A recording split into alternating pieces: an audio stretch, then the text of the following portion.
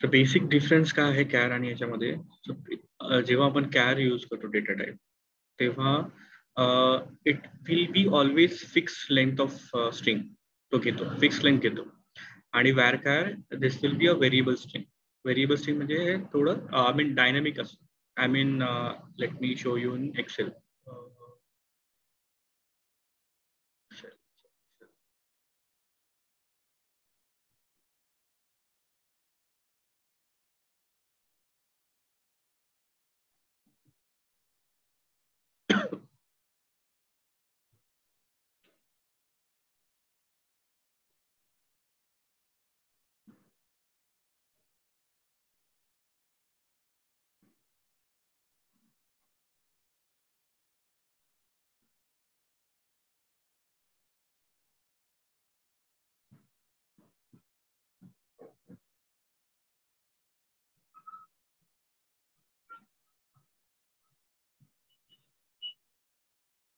Okay, तेव्हा आपण care मध्ये डेटा टाईप मेन्शन करतो एखाद्या कॉलम वरती. सपोज नेम हा माझा कॉलम आहे आणि नेम वरती मी कॅर हा डेटा टाईप मेन्शन केला.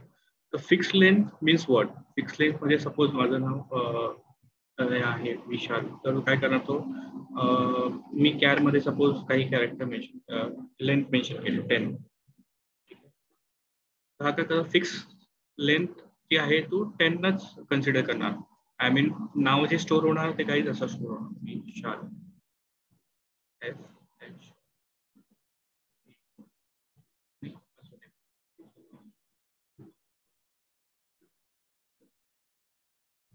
एक दोन तीन चार पाच छः.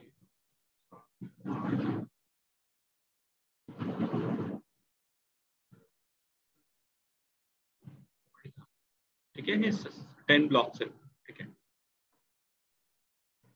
हा काय करणार, कॅरेक्टर जेव्हा डेटा स्टोर करणार तेव्हा असं नाव स्टोर करणार. पण बाकीचे जे रिमेनिंग स्पेस आहे 10 अपार्ट फ्रॉम ते, आता हे किती 1 2 6. ठीक आहे, तर बाकीचे जे रिमेनिंग राहतात ना, तो काय करणार, ते ब्लँक किंवा ब्लँक स्पेस किंवा असा तो डेटा तिथे पण सेव्ह करणार. म्हणजे डेटा ऑक्युपाय करणार कुठल्या आणि तर ब्लँकने. ठीक आहे, बट ते जर वॅरकॅर मध्ये असेल, इथे सेम वॅरकॅर मध्ये काय करणार, हा वॅरकॅर मध्ये जेवढी लेंथ आहे, जेवढे आता मी मेन्शन केले लेंथ, या जरी मी इथे 10 मेन्शन केलं, तर आता विशाल हा किती कॅरेक्टर आहे, 1 2 3 4 5 6 आहे. तो फक्त 6च घेणार. ह्याच्या व्यतिरिक्त बाकीचे जर स्पेस आहे, हा जो स्पेस तो कन्सिडर नाही करणार, हा फ्री स्पेस ठेवून देणार डेटाबेसमध्ये. ठीक आहे, म्हणून त्यांनी सांगितलंय की care is always a fix length, आणि फिक्स लेंथ म्हणजे हा पूर्ण ऑक्युपाय करणार स्पेस. जरी माझा डेटा कॅरेक्टर कमी असेल तरी हा माझा पूर्ण ऑक्युपाय करणार स्पेसने किंवा ब्लँक व्हॅल्यूने असेल. ठीक आहे, हा मेन डिफरन्स काय आला गाईस कॅर आणि वॅरकॅरचा. Yes no? Hello. Yes. Memory मध्ये हॅलो, हा फुल मेमरी ऑक्युपाय करणार कॅर, आणि वॅरकॅर जेवढी रिक्वायर्ड आहे डेटा मध्ये तेवढीच मेमरी ऑक्युपाय करणार, आणि अपार्ट फ्रॉम दॅट बाकीची मेमरी तो फ्री सोडणार. हा ऍडव्हान्टेज आहे वॅरकॅरचा. Now one more difference is what की कॅर बेसिकली परफॉर्मन्स, कॅर जेव्हा आपण वापरतो तेव्हा परफॉर्मन्स साठी बेटर आहे कॅरेक्टर. ठीक आहे, वॅरकॅर मध्ये डेटा रिट्रीवल एवढं फास्टर होत नाही. ओके, आणि कॅरेक्टर मॅक्सिमम साईज आपण स्टोर करू शकतो 256 कॅरेक्टर. आणि तेच आहे की वॅरकॅर मध्ये अजून एक डिफरन्स आहे की varchar maximum size of character is 65,535. ठीक आहे, पण ऍज एक्सपिरियन्स मधून जेव्हा तुम्ही जाता ना, तेव्हा एवढ्या ग्रॅन्युअर लेवलला म्हणजे डेटा टाईप लेवलला एवढं कोणी विचारत नाही. हा, पण ऍज अ फ्रेशर म्हणून जर तुम्ही जात असाल आणि इंटरव्ह्यू देत असाल तर डेफिनेटली तुम्हाला डेटा टाईप वरती विचारते. ऍज अ डेटाबेस डेव्हलपर म्हणून जात असाल तर, एसक्यूएल डेव्हलपर म्हणून अँड ओरॅकल डीबीए म्हणून जात असाल तर तुम्हाला असे प्रश्न विचारतात. कॅरेक्टर आणि व्हॅलकॅल मध्ये काही डिफरन्स आहे. Clear guys? नाव आपण क्विकली रिकॅप घेऊया डीडीएल स्टेटमेंट वरती. तर आपण काल डीडीएल स्टेटमेंट बघितलं, तर कोणत्या कोणत्या आहेत डीडीएल स्टेटमेंट गाईज? एनीवन? कुणाला आठवत आहे? हॅलो भूषण. येस. हा सॉरी, पुढे थोडं जाण्यात एक बेसिक क्वेश्चन होता की लास्ट लेक्चरला तुम्ही जे म्हटलं होतं की एसक्यूएल जे आहे ते आपलं जे नॉर्मल डेटाबेस ज्याच्यातून आपण टॅब्लूचे डॅशबोर्ड्स क्रिएट करतो, तर त्याच्यामध्ये काही डेटा रिट्राईव्ह किंवा तिथून मॅनेज करण्यासाठी आपण एसक्यूएल वापरतो. पण आय थिंक ते जो डेटाबेस आपण यूज करतो ते तर आपल्याला ETL टीम कडून प्रोव्हाइड होतं ना. सो त्याच्यामध्ये आपला रोल काही असतो का? म्हणजे बेसिकली एसक्यूएलचा टॅब्लूशी रिलेटेड काय रोल आहे ते थोडं क्लिअरिफाय नाही झालं. One second. त्यासाठी मला तुला डेटा वेअरचं आर्किटेक्चर दाखवावं लागेल. एक सेकंड.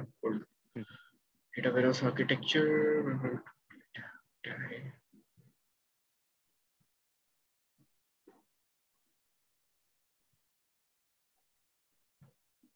मेन कन्सेप्ट तुम्हाला टॅब्लूचा, आपण ऍक्च्युली टॅब्लू कुठे वर्क करतो इंडस्ट्रीमध्ये ते तुम्हाला मेन आर्किटेक्चर जेव्हा डेटा वेअरचं बघणार तेव्हा तुम्हाला कळेल.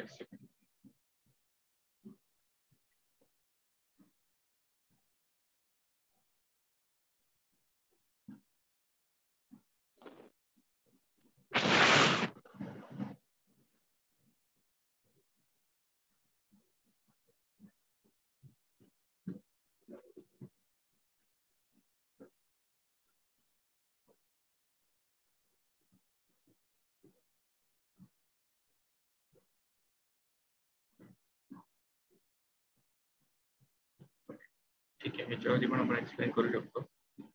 डेटा वेअरहाऊस हा वेगळा एक कोर्स आहे, पण तरी मग तुम्हाला एक ओव्हरऑल आयडिया तुम्हाला देण्यासाठी मी हे ओपन केले. ठीक आहे.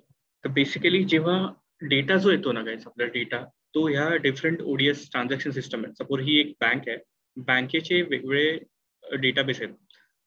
सपोज ही जी बँक आहे ती RBI बँक आहे, सपोज रिझर्व्ह बँक आहे, आणि रिझर्व्ह बँकचा हा जो डेटाबेस आहे ते लोक यूज करतात आहे मुंबई सिटीमध्ये.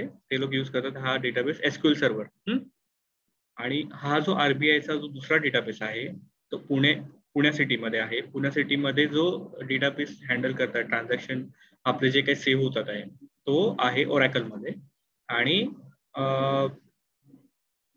थर्ड जो आहे डेटाबेस हा जो आहे MS Access आहे सपोज, और DB2 आहे. DB2 हे IBMचं टूल आहे. ठीक आहे. आणि तो अजून एक कुठल्या तरी लोकेशनला आहे. RBIचा डेटा आपण सेव्ह करतोय.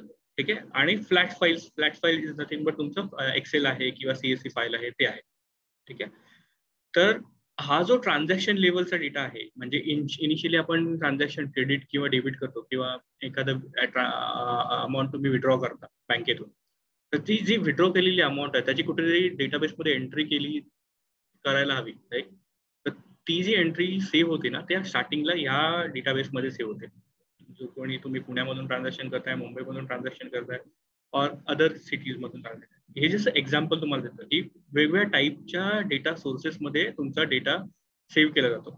RBI कडे फक्त एकच डेटाबेस नाहीये, त्यांच्या बिझनेस रिक्वायरमेंटनुसार ते मल्टिपल डेटाबेस यूज करतात. ओके. नाव जेव्हा डेटा स्टोअर केला जातो इथे तो नॉर्मलायझेशन फॉर्म मध्ये स्टोअर केला जातो.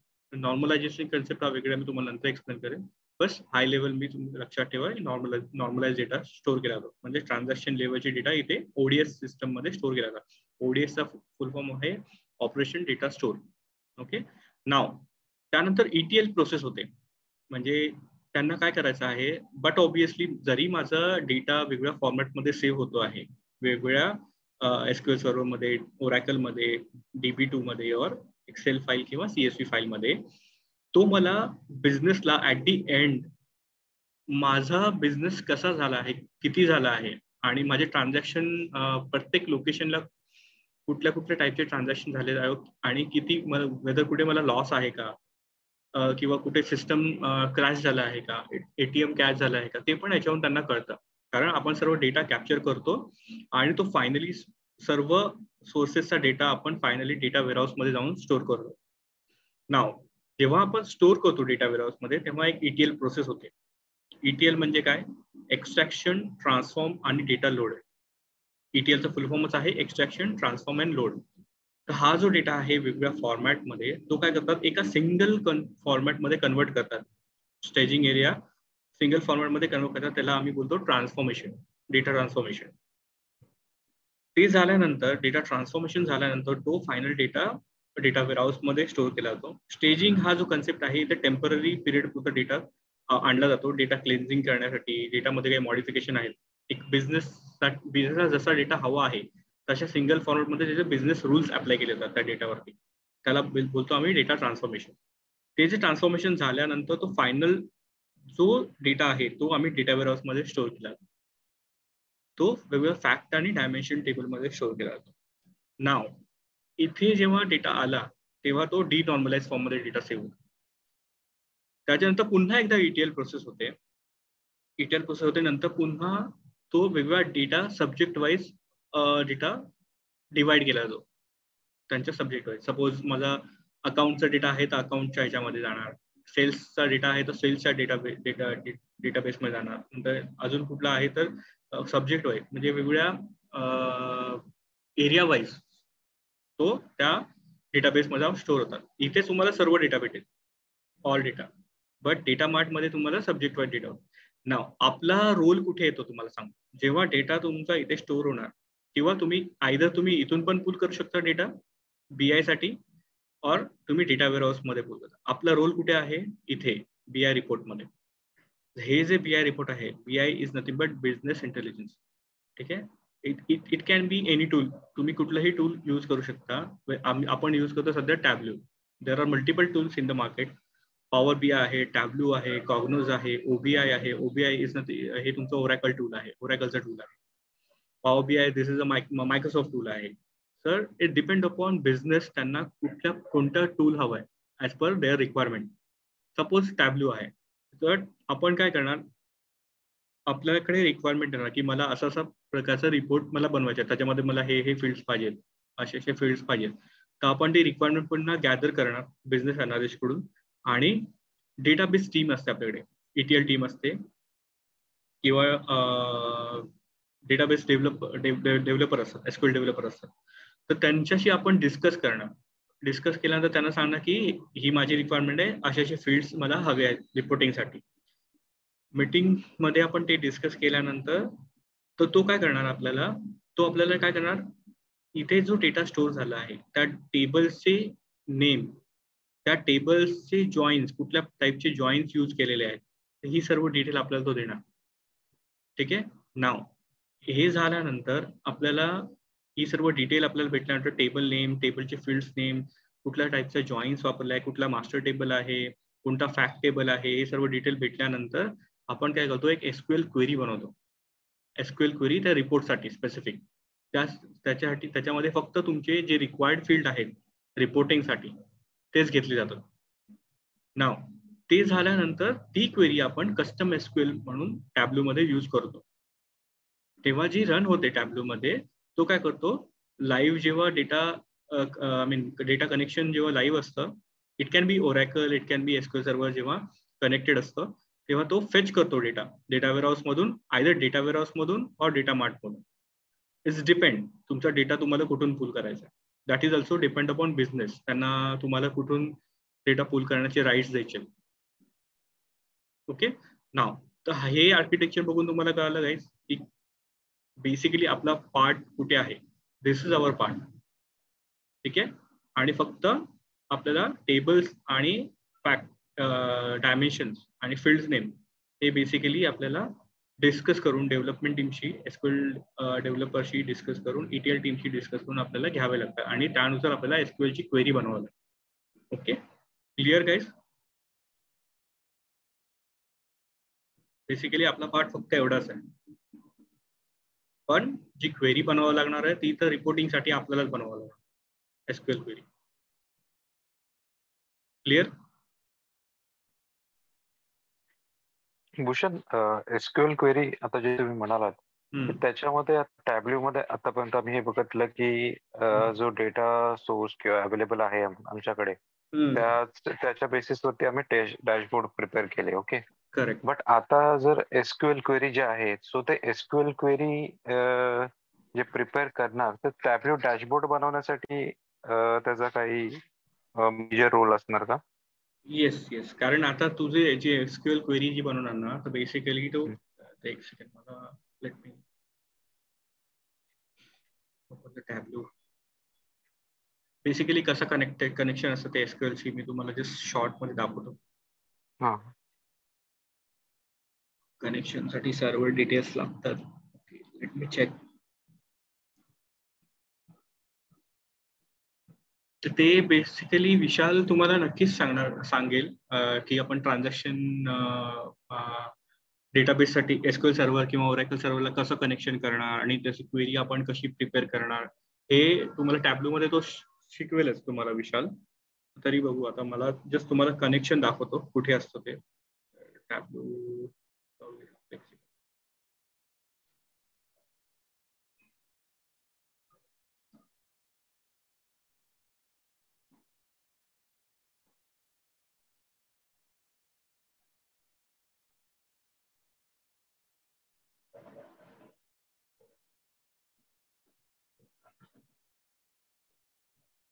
ओव्हरऑल तुम्हाला आर्किटेक्चर काय आलं, मेन तुमचं हे आहे आपला एरिया जो आहे डेव्हलपमेंटचा तो एकदम एंडला येतो डेटा वेअरहाऊस नंतर.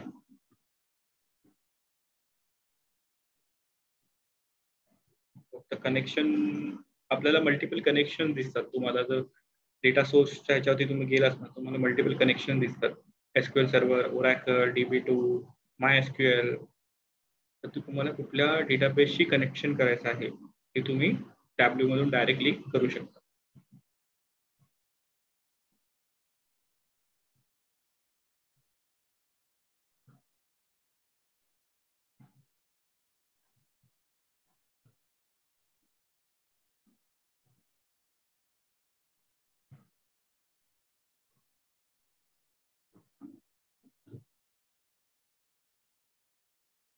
ओके, तर लेफ्ट हँड साइडला तू बघ.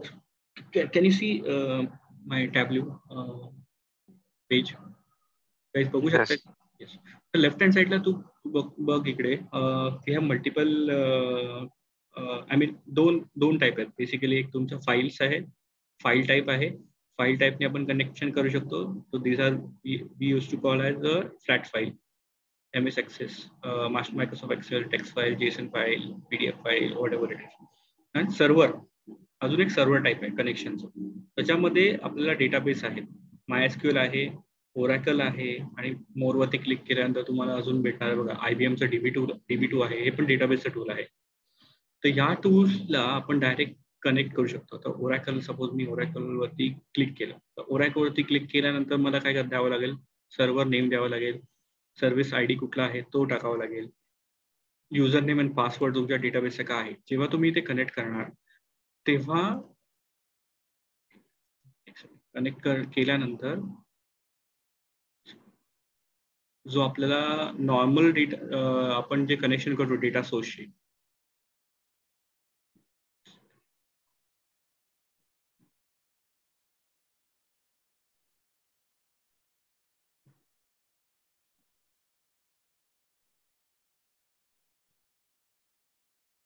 सध्या ते कनेक्शन डिटेल्स नाही आहेत माझ्याकडे, पण स्टील मी तुम्हाला एक नॉर्मल दाखवतो एक्सेलला कनेक्ट करून की नक्की कुठे येतं. ठीक आहे, इकडे लेफ्ट हँड साईडला ना इथे तुम्हाला एक असा एक ड्रॉपडाऊन येईल. त्या ड्रॉपडाऊन मध्ये तुम्हाला स्कीमा, डेटाबेस स्कीमा म्हणजे कुठली स्कीमा, हा जे स्कीमा आहेत oracle,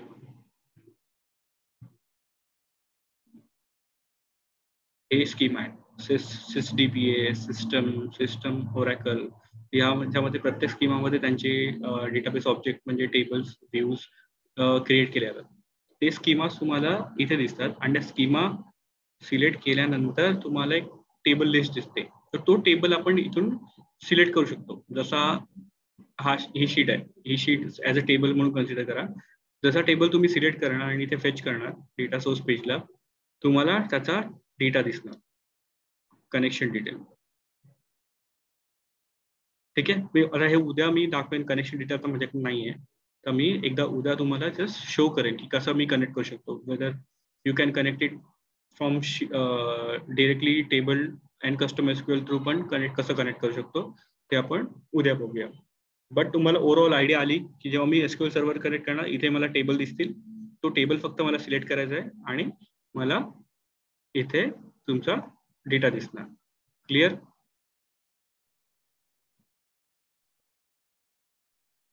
instead of selecting Excel, मी जे सिलेक्ट केलं ना एक्सेल, तिथे तुम्हाला सर्व्हरचे डिटेल्स टाकायचे आहेत. हे जे नाही, MySQL आहे ना और ओरॅकल. जेव्हा तुम्ही ते टाकाल तेव्हा तुमचं डेटाबेसशी कनेक्ट करणार टॅब्ल्यू ऑटोमॅटिकली. ठीक आहे. Server, database name, user name and password, हे डिटेल्स तुमच्याकडे असायला हवेत. ओके. हे पण ॲज अ प्रॅक्टिकल सेशन आपण घेऊया. नो, डोंट वरी. ठीक आहे. युजली मी विशालशी बोलतो आणि he will explain. ओके. तो जास्त एक्सप्लेन करेल याच्यावरती. Okay. Clear? Overall normal idea तरी आली तुम्हाला, राईट?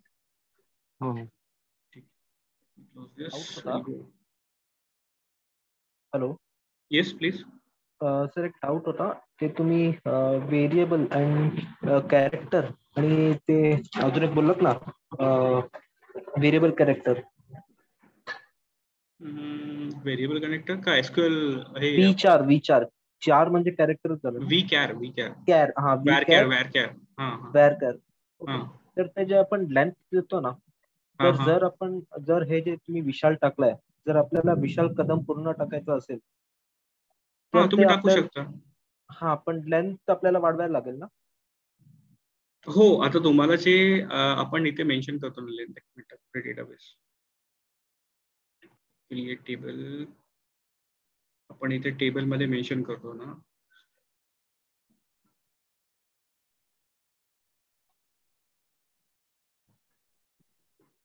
ही जी लेंथ मेन्शन केली होती ना, राईट. WARCHAR मध्ये मी 50 मेन्शन केलंय बघा. ओके. तर 50 कॅरेक्टर म्हणजे तेवढं स्पेस घेणार. तुम्हाला जर पहिले आयडेंटिफाय करावं लागेल की माझा डेटा कसा आहे आणि किती कॅरेक्टर लेंथचा डेटा असेल माझा. You can imagine, right? I mean थोडंसं डेटा तुम्हाला अनालिसिस करावं लागेल, तो तेव्हा तुम्ही त्याला लेंथ देऊ शकता. ठीक आहे.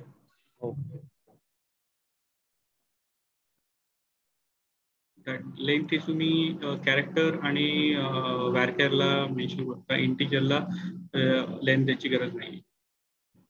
Okay. Now will move for the next topic. Okay. तर DDL स्टेटमेंट मध्ये कोणत्या कोणत्या स्टेटमेंट आहेत, जस्ट क्विकली रिकॅप घेऊ, म्हणजे पुन्हा आपण ब्लँक नको आहे. कोणत्या कोणत्या आहेत guys?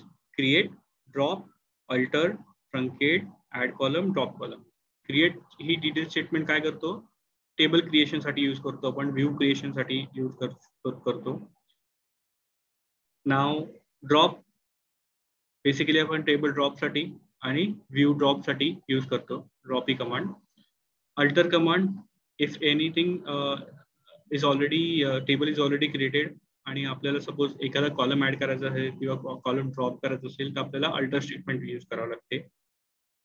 Now one more thing is truncate. Truncate basically जेव्हा तुम्हाला टेबल मधला डेटा पूर्ण डिलीट करायचा असेल तेव्हा आपण ट्रंकेट कमांड यूज करतो. One more thing is important interview point of view, DDL जेवढ्या पण स्टेटमेंट आपण आता बोललो त्या तुमच्या रोलबॅक होत नाही. ओके, तर हे लक्षात ठेवा. नाव DMS स्टेटमेंट. तर DMS statement is nothing but data manipulation language. त्याच्यामध्ये कोणते स्टेटमेंट येतात? Insert, delete, update. ठीक आहे. इन्सर्ट इंटू ही आपण जेव्हा आपण एक टेबल बॅकअपसाठी मी बनवेल ना बॅकअप टेबल तेव्हा आपण कन्सिडर करूया. आता इन्सर्ट, डिलीट आणि अपडेट या स्टेटमेंट कशा यूज होतात SQL मध्ये ते आपण बघूया. सपोज मी एक टेबल बनवला आहे एम्प्लॉई 2.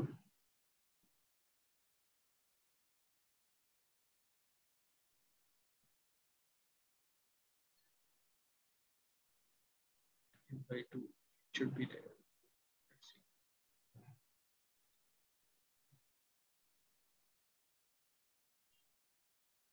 ठीक आहे.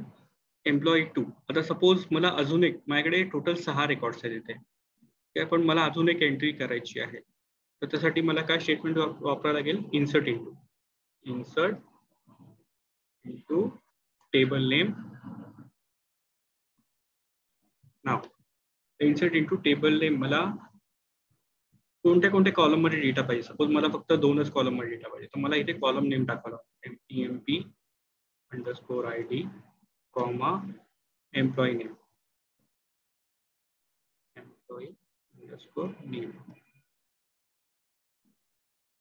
values, employee ID suppose 105, employee name Sunil, single quote. इथे सिंगल कोट मध्ये काय टाकतोय गाईज? सुनील, कारण हा कॅरेक्टर आहे म्हणून मला सिंगल कोट मध्ये व्हॅल्यू द्यावे लागते. इंटिजर साठी मला सिंगल कोटची गरज नाही. क्लिअर? तरच तो अलाव करणार याच्यामध्ये. ठीक आहे. 1 row is inserted. Now see, select star from employee 2. पुन्हा टेबल रन केला, माझ्याकडे अजून एक रेकॉर्ड इन्सर्ट केला. नाव चेक करूया आपण की इन्सर्ट इंटू ही स्टेटमेंट जी आहे ती DML स्टेटमेंट आहे बोलतात, तर it should be roll back. We can roll back that command, right? Let's see. आता जो इन्सर्ट केलेला आहे, सपोज मी चुकून ही एंट्री ट्रान्झॅक्शन माझ्याकडे एंट्री झाली, तर मला पुन्हा हे रोल बॅक करायचं आहे. तर मी रोल बॅक कमांड रन करतो, बघूया की ही रोल बॅक करतो का. Roll back is completed. Select star from employee 2. See, जे इन्सर्ट केलेली रेकॉर्ड होतं ते ऑटोमॅटिक रोल बॅक झालं. क्लिअर? आणि सपोज मी हे पुन्हा, ओके ठीक आहे, तो रोल बॅकचा हा जो कमिटचा तो आहे हे मी तुम्हाला नेक्स्ट याच्यामध्ये एक्सप्लेन करतो. ठीक आहे. हे कळालं गाईज? इन्सर्ट इंटू ची कमांड कळाली. Insert into table name open bracket column name, तुम्हाला ज्या कॉलम मध्ये एंट्री करायची आहे ते column name bracket complete. Then values, ज्या व्हॅल्यूज तुम्हाला एंटर करायच्या आहे त्या तुम्हाला इथे मेन्शन केला, तर कॉलम सेम कॉलम तुम्हाला त्याच्या against, I mean the sequence should be same like column आपण जसे मेन्शन केले. ठीक आहे. नाव आता सपोज तुम्हाला सर्व रेकॉर्ड, आय मीन तुम्हाला हे मेन्शन नाही करायचे, हे कॉलम मेन्शन नाही करायचे, तुम्हाला सर्व व्हॅल्यू टाकायचे आहेत. Suppose employee ID, employee name, salary आणि ऍड्रेस, तुम्हाला पूर्ण व्हॅल्यू टाकायचे आहेत. तर तुम्ही डायरेक्टली पण इन्सर्ट इंटू स्टेटमेंट वापरू शकता अनदर वेने. काय माझी स्टेटमेंट ती? सिलेक्ट कॉलम नेम मी मेन्शन नाही करणार, मी डायरेक्ट काय करणार? Values open bracket. त्याच्यामध्ये फक्त मेक शुअर की तुमचा जो सिक्वेन्स आहे तो सिक्वेन्स तुमचा सिमिलर पाहिजे. पहिला काय आहे? Employee ID. एम्प्लॉई ID टाकलं 105, comma single quote Sunil, comma नंतर काय आहे? सॅलरी 3000, कॉमा नंतर काय आहे? ऍड्रेस मध्ये पुणे, सिंगल कोट क्लोज. तर सपोज मी चुकून एक कॉलमचा डेटा नाही टाकलाय, तर तो काय एरर देतो ते बघूया. या सिंटॅक्स मध्ये नॉट इनफ व्हॅल्यूज. त्यामुळे ऑलवेज रिमेंबर दॅट की जेवढे कॉलम आहेत, जर तुम्ही हा सिंटॅक्स वापरला insert into employee table name values हा जर सिंटॅक्स वापरला तर you have to mention all the field values, तरच तो तुम्हाला एंट्री करू देणार. See 1 row is inserted. फक्त स्पेसिफिक तुम्हाला डेटा एंटर करत असेल तर तुम्हाला हा सिंटॅक्स यूज करावा लागेल. Insert into table name open bracket table कॉलमची फील्डची नावं and then values, and then you can pass that values. Clear?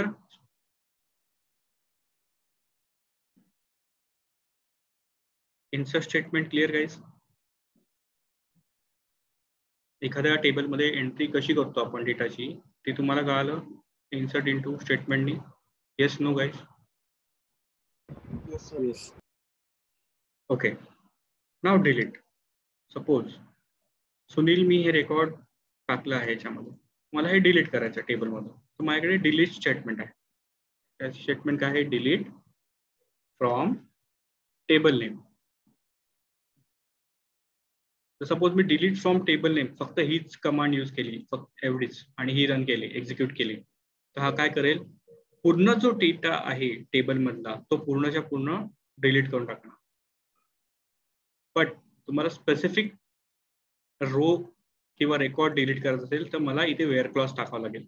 Enter where employee I D एक कॉलम मेन्शन करावं लागेल मला, EMP_ID इक्वल टू कोणता डिलीट करायचं? सुनील. तर माझं टाकणार एम्प्लॉई ID इक्वल टू 105, म्हणजे तो स्पेसिफिक एम्प्लॉई ज्याचा ID 105 आहे तेच रेकॉर्ड डिलीट करणार. सी सिलेक्ट चार्ट फॉर्म, पुन्हा एम्प्लॉई. क्लिअर? हा स्पेसिफिक रेकॉर्ड डिलीट झाला, ज्याचा एम्प्लॉई ID 105 होता तोच. ठीक आहे. नाव चेक करूया की डिलीट स्टेटमेंट ही रोल बॅक करू शकतो का आपण? Just roll back. तो जो डिलीट झालेला आहे रेकॉर्ड तो पुन्हा रिवर्ट होतो का? Let's see. Roll back statement.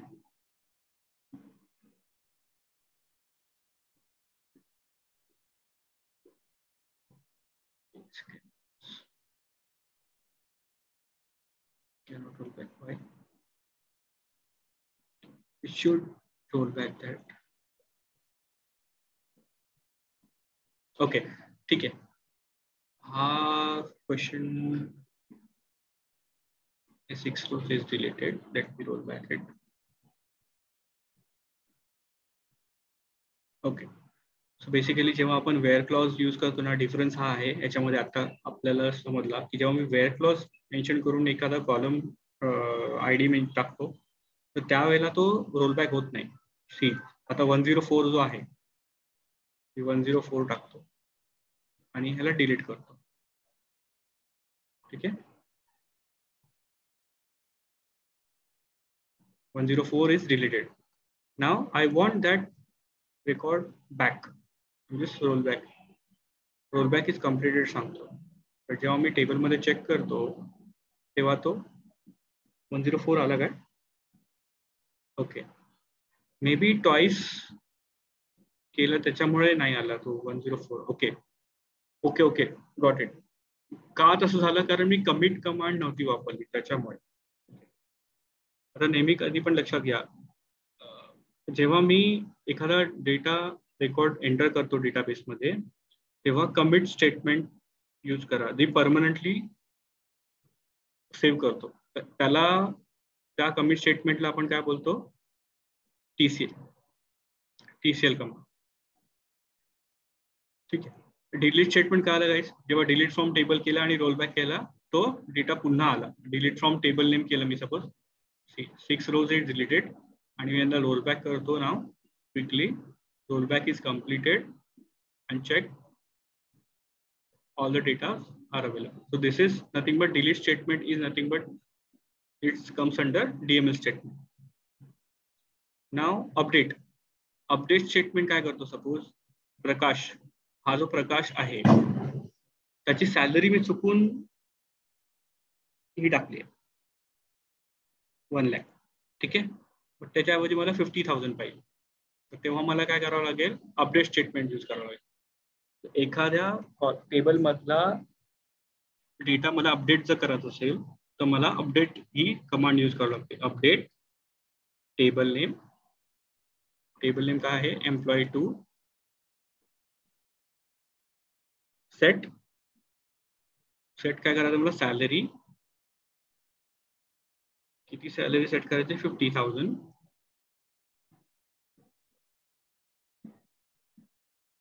Wear employee ID equal to 105. Update table name set salary equal to 50 where employee ID equal to 104 sorry 104 not 5 4 आहे ना. ठीक आहे, तर हा जो सिंटॅक्स आहे हा एखाद्या कॉलमचा डेटा अपडेट करायचा असेल त्यासाठी आहे. सेट मध्ये आपण ज्या कॉलम वरती डेटा अपडेट करायचा असेल ती कंडिशन आपण सेट वरती टाकू. सेटच्या ठीक आहे, 1 row is updated. Now check की 50,000 अपडेट झाले का. Select start from table name.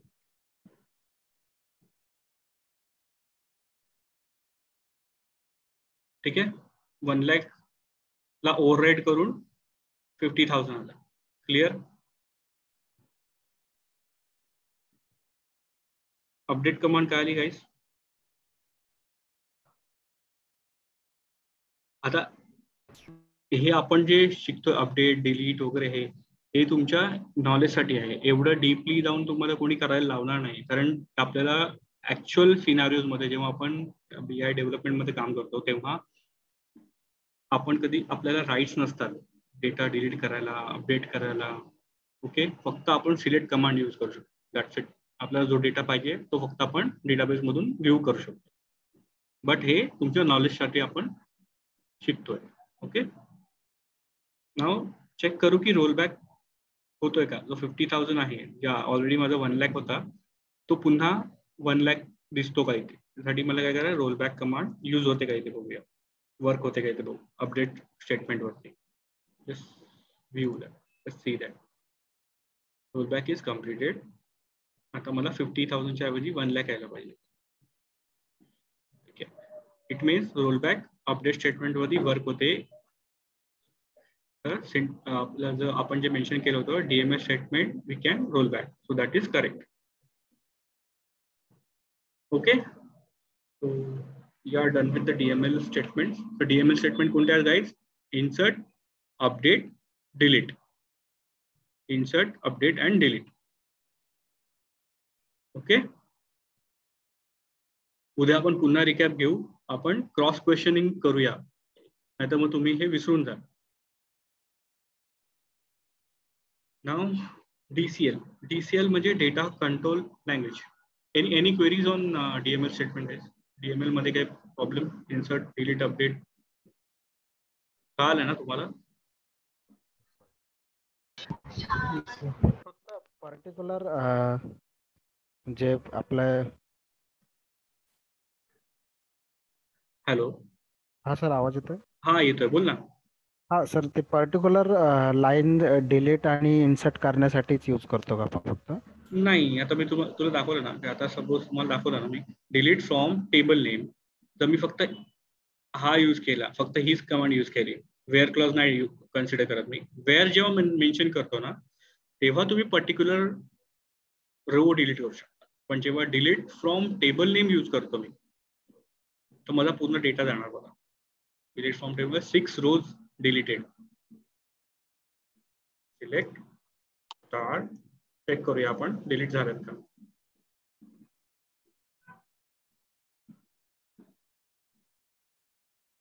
ठीक आहे, माझं टेबल एम्प्टी झालं. Yes sir. जर रोल बॅक करायचं असेल तर मला रोल बॅक ही कमांड यूज करावं लागेल. मी पुन्हा डेटा घेऊन आलो टेबलमध्ये. ओके, ठीक. DML statement we are good with that. ठीक आहे, ग्रँट. आता ग्रँट अँड रिवोक, तर हे आपण प्रॅक्टिकली नाही बघू शकत, सिस्टम ऍडमिनचे राईट्स नाहीत मला. ग्रँट म्हणजे बेसिकली काय आहे, जेव्हा एखाद्या टेबलला, सपोज माझ्याकडे हा टेबल आहे सिस्टम ओरॅकल मध्ये, हा अपॉइंटमेंट डिटेल्स स्टेजिंग म्हणून एक टेबल आहे आणि ह्या टेबलचे राईट्स मला विशालला द्यायचे आहेत. हा टेबल मी बनवलेला आहे ऍज अ डेव्हलपर म्हणून, पण मला हा टेबलचा राईट्स ऍक्सेस करायला विशालला द्यायचा. त्यासाठी मला ही स्टेटमेंट यूज करावं लागेल, ग्रँट. ग्रँट ही कमांड यूज करावं लागेल. Grant command is use to grant access rights to database object. Okay, database object कोणते कोणते आहेत? तर टेबल, व्ह्यूज हे तुमचे डेटाबेस ऑब्जेक्ट मध्ये कन्सिडर केलं जातं. तर हा टेबल आहे, तर त्यासाठी सिंटॅक्स काय आहे? तर हा सिंटॅक्स आहे, ग्रँट.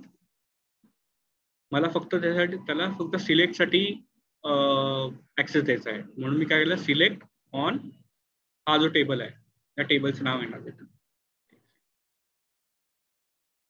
हा टेबल आहे, हा टेबल टाकणार appointment underscore DTL underscore STG. ठीक आहे, टू सिस ओरॅकल. आता ह्या स्कीमा मध्ये नाही द्यायचा, हा स्कीमा विशाल हा स्कीमा यूज करतो. तर मी त्याला काय करणार, सिस, हा जो टेबल आहे हा सिस ओरॅकल मध्ये आहे, बट या टेबलचे राईट्स मला या स्कीमामध्ये द्यायचे, म्हणून मी काय केलं, टू सिस्टम या स्कीमाचं नाव दिलं आणि मी हे रन करणार. रन केल्यानंतर तो ग्रँट सक्सेड. त्याच्यामध्ये झालं काय, याच्यामध्ये ओके, याचे राईट्स नाहीत मला, त्यामुळे मी तुम्हाला दाखवू शकत नाही सिस्टम मध्ये. ठीक आहे, जेव्हा मी ही कमांड यूज करेल तेव्हा ग्रँट सक्सीड म्हणून तुम्हाला एक मेसेज येईल. तेव्हा हा जो आहे स्कीमा, त्या स्कीमामध्ये मी हा टेबल ऍक्सेस करू शकतो.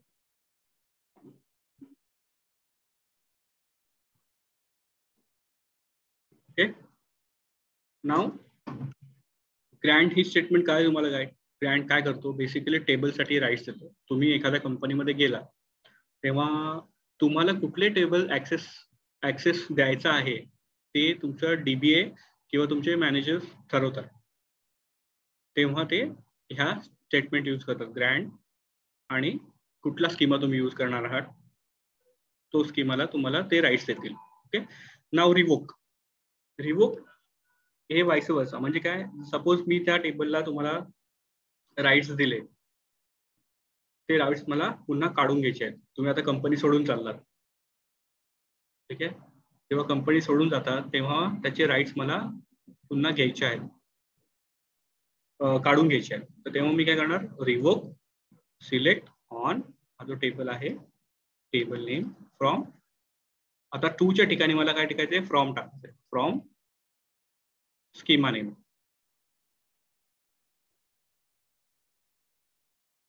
ठीक आहे, मी रन करणार. ठीक आहे, 1 minute.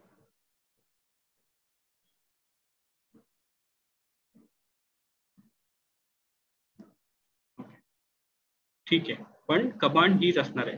Okay, I don't have privileges to do that because हा सिस्टम टेबल आहे. तर मी सिस्टम टेबलला मला त्या राईट्स नाही आहेत, म्हणून मला तो रिवोक करू देत नाहीये. ग्रँड दिलं ऍक्सेस करून मला, पण सिस्टम टेबलला मला तो रिवोक करू देत नाहीये. हे आहे, पण तुमची कमांड ही असणार आहे. ठीक आहे, ग्रँट आणि रिवोक या कुठल्या कमांड आहेत, DCL कमांड आहे, data control language. Clear? Yes, no guys? अरे आहात का, मी एकटाच बोलतोय?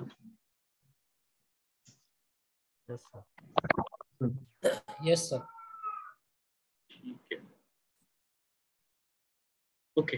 नाव अजून एक स्टेटमेंट आहे आपली, कुठली, TCL statement, which is transaction control language. TCL statement मध्ये दोन कमांड येतात, कमिट अँड रोलबॅक, जे की आपण आतापर्यंत यूज करत आलो आहे. कमिट कमांड कधी यूज करतो, it is use to commit any transaction in the database. Once we commit the transaction we cannot roll back. ठीक आहे, आणि रोलबॅक कधी यूज करतो, we can revert the steps of the transaction. ठीक आहे, रोलबॅक तर आपण बघितलं, आपण एखादं डेटा एंट्री केली चुकून, ती मला पुन्हा रोल बॅक करायची आहे, तर त्यासाठी रोल बॅक कमांड यूज करतो. कमिट, आता ही जी स्टेटमेंट आहे कमिट, जेव्हा मी कमिट केल्यानंतर मी रोल बॅक करू शकतो का? हे काय म्हणतात आहे, this I mean we cannot roll back once we commit. So let's see की आपण एक हे करूया, डेटा एंटर करूया एम्प्लॉई टेबलमध्ये, स्टार्ट फ्रॉम एम्प्लॉई, आणि त्याला एक एंटर केल्यानंतर कमिट स्टेटमेंट यूज करू. स्कीमा चुकीचा आहे का?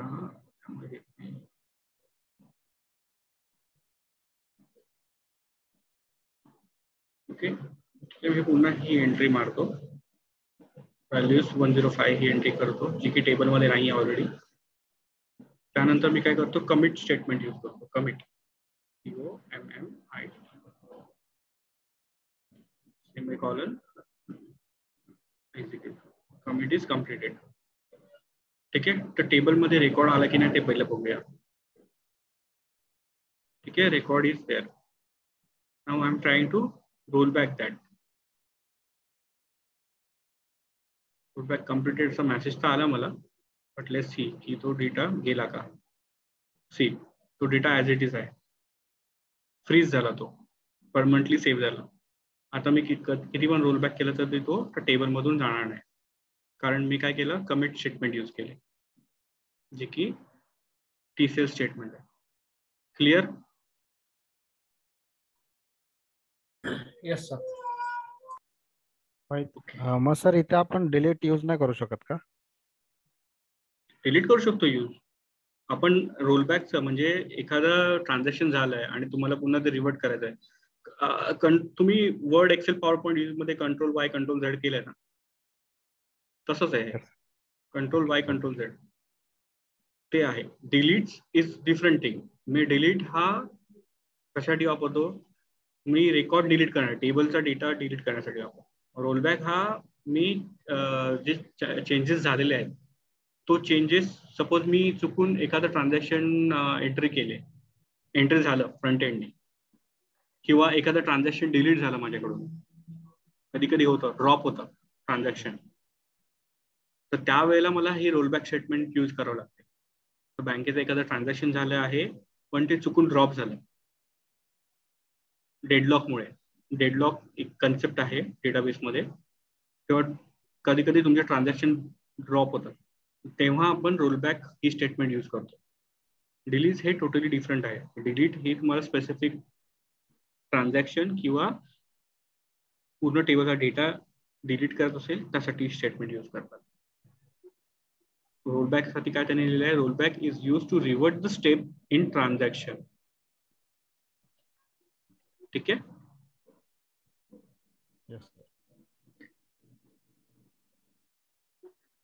नाउ क्लॉजेस हा पण एक इम्पॉर्टंट टॉपिक आहे guys. May be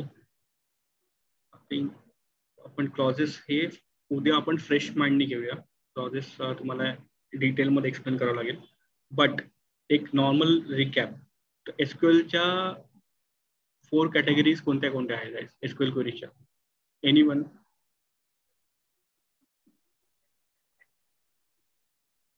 DDL, DML, DCL आणि TCL. येस. DDL चा फुल फॉर्म काय? Data definition language. DML चा? डेटा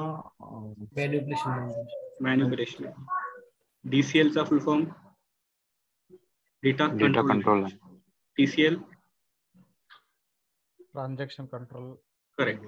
DDL स्टेटमेंट मध्ये कोणते कोणते कमांड येतात? create drop optional, add column, drop column. Yes.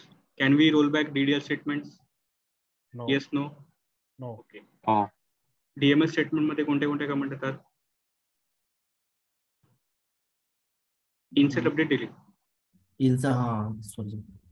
Okay. Insert, update, delete. Can we roll back DML statements? Yes. Yes. Good. DCL statement मध्ये कोणते command येतात? Commit and rollback. Update, revoke. DCL, data control language. Data control. Grant and revoke. Yes. आणि TCL मध्ये? TCL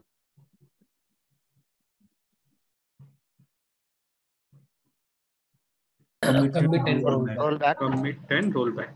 ठीक आहे. हे झोपेचं नाही उठवलं ना आपल्याला, हे लक्षात राहायला पाहिजे, कारण हा बेस आहे एसक्यूएलचा. ओके. Yes, sir. कारण हे तुम्हाला ऍज अ एक्सपिरियन्स लेवलला तुम्ही जाणार, तुम्हाला हे विचारणार नाही कोण, बट तुम्हाला एसक्यूएलच्या मेन ज्या कॅटेगरी आहेत तुम्हाला माहिती असल्या पाहिजे. ओके. ठीक आहे, चालेल. So will take clauses by tomorrow. तर क्लॉजेस मध्ये तुम्हाला each and every clause, select statement पासून, फ्रॉम क्लॉज पासून ते ग्रुप बाय हॅव्हिंग पर्यंत सिक्वेन्स वाईज एसक्यूएल क्वेरी कशी लिहिली जाते ते तुम्हाला उद्या आपण एक्सप्लेन करू. ओके. सो आजचा सेशन आपण एंड करू. ओके. आणि काहीच तुम्हाला मी काल व्हिडिओ पाठवला होता स्टेप वाईज ओरॅकलचं हे करायला, अकाउंट क्रिएट करायला. तुम्ही केलं क्रिएट? हो सर, केलं क्रिएट. ओके. ओके. तर तुम्ही तिथे प्रॅक्टिस करू शकता. आणि ते पण एक अननेसेसरी डेटाबेस इन्स्टॉल करायची गरज नाही. लाईव्ह मध्ये तुम्ही प्रॅक्टिस करू शकता डायरेक्टली. ओके. ठीक आहे sir. Any questions guys? No, sir. Okay. Then we are ending this session for the day. We'll meet by tomorrow on the same time. Okay. Sir, एक रिक्वेस्ट होती sir. Hello. Hello. हा बोल ना. Hello.